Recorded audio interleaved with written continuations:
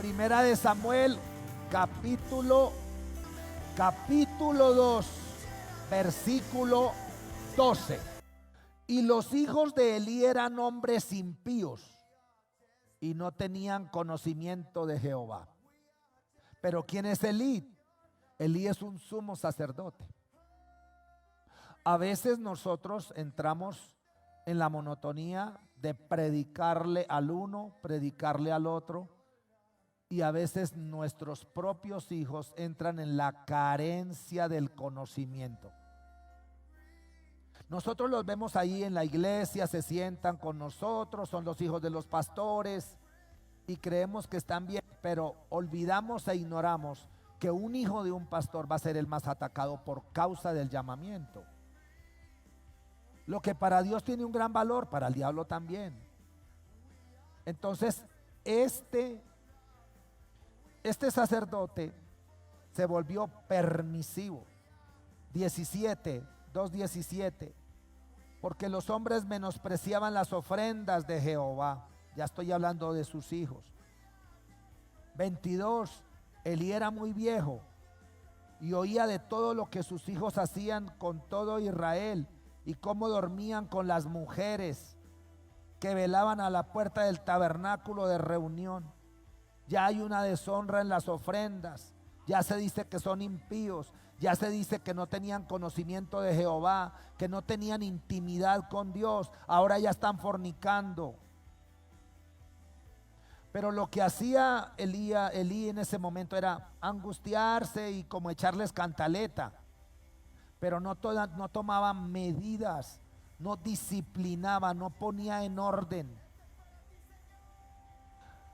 Papá que no disciplina y corrige sus hijos, los está castrando ahí del ADN, del propósito de Dios y de su destino. Pero ellos no oyeron la voz de su padre, porque Jehová había resuelto hacerles morir. Pero aquí es culpa ¿de quién? Del sacerdote. Versículo 29. ¿Por qué habéis hollado los sacrificios y mis ofrendas que yo mandé ofrecer en el tabernáculo? O sea, los hijos deshonraron las ofrendas, pero el que es llamado a cuentas es el sacerdote. ¿Ofrendas de qué? De arrepentimiento, de servicio.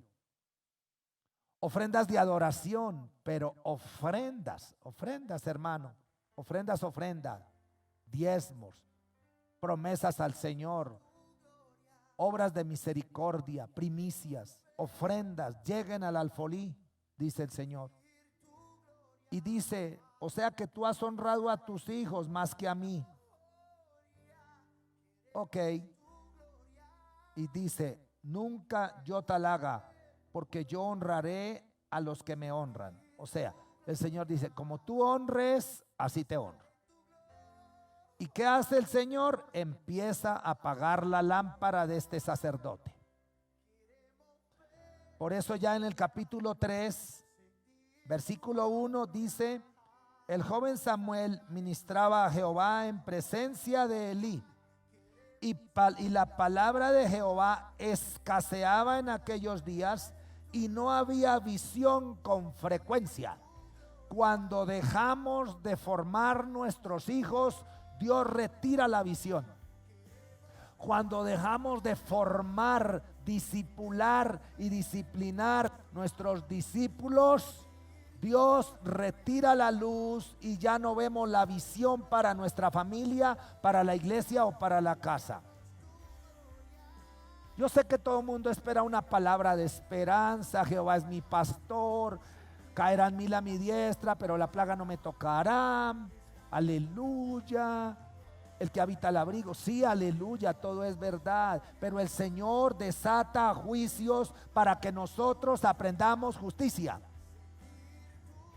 El Señor permite turbulencias cuando exige que pasemos de una estación a la otra, y eso está haciendo ahorita, pero no pasamos a otro nivel de finanzas si no hacemos ajustes en el sacerdocio.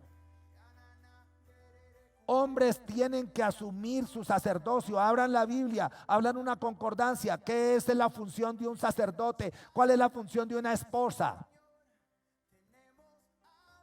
¿Qué es honrar? ¿Qué es sujetarse? ¿Qué es entender los roles de la familia? O si no, todos vamos a ser golpeados. De hecho, miren tan triste el 3:13. Y les mostraré que yo juzgaré su casa para siempre, por la iniquidad que él sabe, que Elí sabe. Porque sus hijos han blasfemado a Dios y él no les ha estorbado ese pecado. Ahora, ¿cuál es la consecuencia? Capítulo 4, versículo 1. ¿Y qué dice el título? Los filisteos capturan el arca. O sea, ya el pecado estorba la presencia, el pecado estorba porque ya hay un juicio de Dios. Hay un juicio de Dios. 4, versículo 3. Y cuando volvió el pueblo al campamento, los ancianos de Israel dijeron: ¿por qué nos has herido hoy, Jehová, delante de los filisteos? Hay mucha iglesia ahorita, pero ¿por qué? Pero ¿por qué? Pero ¿por qué? Por favor, esta es una palabra hasta para mí también. ¿Por qué, Señor, si estamos sirviendo? ¿Por qué, Señor, si estamos ministrando al pueblo? ¿Por qué si estamos liberando? ¿Por qué si hacemos la lucha? Es como el Señor diciendo: sí, pero tú sabes, tú te quieres multiplicar afuera, pero quieres esterilizarte adentro, por haber dejado que tus hijos agarraran un rumbo de iniquidad, por haber abandonado altar.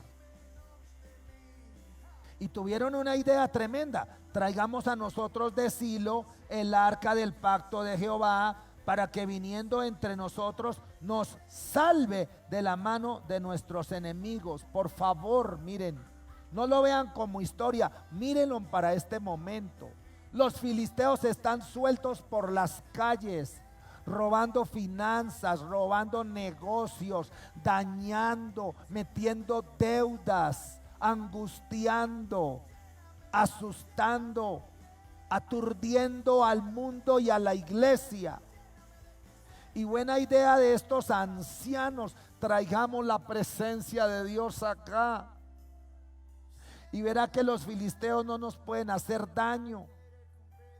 Y corrieron y trajeron la presencia. Y los filisteos, a ver, para que asuma, filisteos son demonios de diferentes géneros atacando. Y dice el versículo 7: y los filisteos tuvieron miedo, porque decían: ha venido Dios al campamento. Y dijeron: ay de nosotros, pues antes de ahora no fue así. Oigan esto: no vieron la presencia y se metieron y atacaron, pero ellos ven visiblemente que los ancianos empiezan a traer el arca. Entonces tuvieron temor. Dice que el diablo cree y tiembla ante la presencia de Dios. Ahora sí se puso difícil esto, pero de todas maneras ataquemos, porque nuestro trabajo es atacar. Y atacaron y pelearon contra Israel. Pero oigan lo que dice el 19: pelearon pues los filisteos, e Israel fue vencido, y huyeron cada cual a sus tiendas, pero derrotados. Algo así como que salimos y el mundo y el pecado nos derrota, y llegamos a nuestras casas con derrota. Llegamos a nuestras casas con decepción, con quiebra económica, sin empleo, sin oportunidad, tal vez sin mercado, tal vez sin esperanza. Pero ¿por qué? Si estábamos buscando la presencia de Dios, ¿por qué pasó esto? Y era muy grande la mortandad. Pues cayeron de Israel 30,000 hombres de a pie, y el arca de Dios fue tomada, y muertos los 2 hijos de Elí, Dios de la gloria. No los formaste, ahora los filisteos matan tus hijos. No formar un hijo, no exhortar un hijo, no edificar un hijo, no enseñarle la ruta a un hijo, es matarle el destino y soltárselo a los filisteos. Y no hablo solamente de hijo natural, hablo de los hijos espirituales, hablo de los discípulos que están a cargo suyo, hablo de las casas de paz. ¿A cuántos estás pastoreando? ¿A cuántos estás llamando? ¿A cuántos estás exhortando? ¿A cuántos llamaste hoy, hijo? ¿A cuántos llamaste hoy?